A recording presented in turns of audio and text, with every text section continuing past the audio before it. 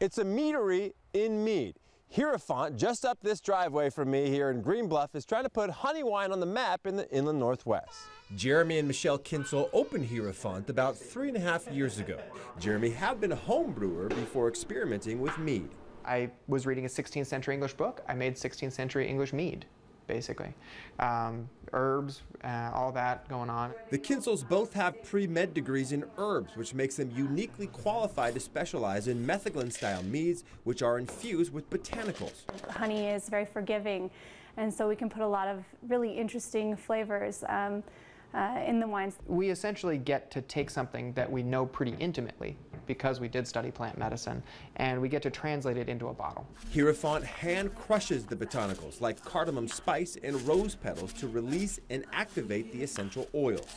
It does a much better job than just chopping it in a grinder, and so we get really interesting and delicate extractions that way. Hierophant makes some of its honey on site, but the bulk of it comes from its Green Bluff neighbor, Tate's Honey Farm. And they run pollination services right up the hill from us at Walters. So their hives are literally going to be pollinating flowers at my place every year. It now makes 16 different styles of mead, which have now won 7 medals in competitions, including 4 golds. I went in for feedback and I got hardware, which I didn't expect.